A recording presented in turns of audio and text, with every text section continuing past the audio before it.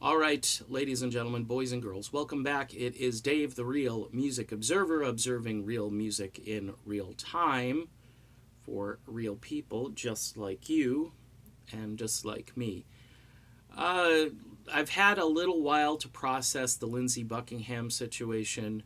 Last night I was completely caught off guard. I'm on the East Coast and probably signed off of all my social media at 3 or 4 in the afternoon, and then I get back on there and I'm just like, holy crap, Batman. So the video you saw of me yesterday, I was kind of in a panic mode trying to talk about this. And even my local newscast has a crawl that says, Lindsey Buckingham undergoes emergency heart surgery, which damaged his vocal cords. And that's the part of the story that I probably undersold, is the fact that his vocal cords have been affected. And wife Kristen took to Twitter and says, we hope he can sing again. This is heartbreaking. This is heartbreaking, especially in the midst of what's taken place over the last 12 months or 24, whatever, how many months it's been.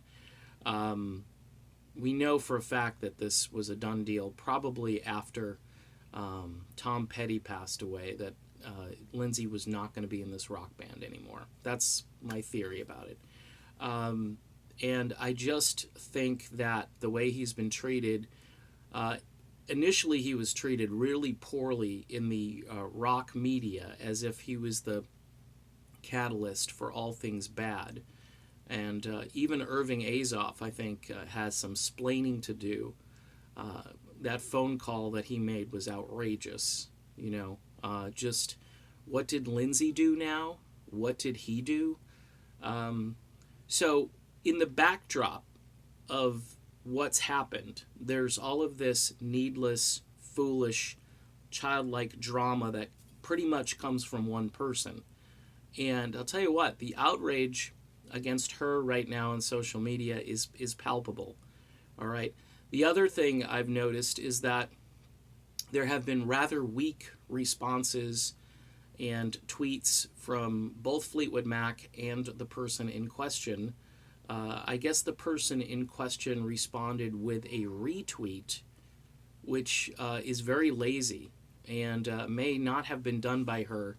But anybody thinking a retweet is appropriate as a way to address this under these circumstances is really fooling themselves. Okay, it's just bad behavior on steroids. Just issue a statement yourself, a unique statement. Fleetwood Mac did that, although, again, it was very bland, very tepid, and especially in the midst of how they've gone about sort of dismissing this man, is just really remarkable. I remember I had a very brief conversation with Kristen Buckingham, and her main concern, one of her main concerns when this all went down initially, was how she called it ghosting, that Lindsey had been ghosted, like he doesn't exist, like he's a ghost. And not only in the professional realm, but in the personal realm, these people had decided that they would pull up stakes because it was in the contract or whatever it was. John McVie, who lives down the street, now can't talk to him anymore. Used to go over his house, but can't go over and visit. Just bizarre behavior in this Irving Azoff world of contracts and monopolies and dominating the classic rock music industry. And this is how we do things. We are starting fresh and new. We've got the fresh energy and the casual chemistry, and it's going to be great, and we're going to get positive press everywhere we go because I say so. And if these guys aren't writing the way I want them to write, then we'll find someone else to write an article. Again, I have no proof of collusion, but it sure looks like collusion to me. It's such lousy writing. I've had people come to me and say, you write better than these people. And I say, I switch tenses. I use the same words over and over again. My punctuation sucks. My grammar sucks. But there you go. So maybe there's a future for me in the world of blogging and writing. It's very tedious, and I don't have any software that just recognizes my voice and puts words down for me, like these people most likely do. So anyway, I found it very interesting that Kristen Buckingham was more concerned about the personal than the music stuff. And it shows the kind of people the Buckinghams are. Um, they seem to be decent, good people. There's a family structure there. Um, I can't say that about any of the other members of Fleetwood Mac, although I don't know them.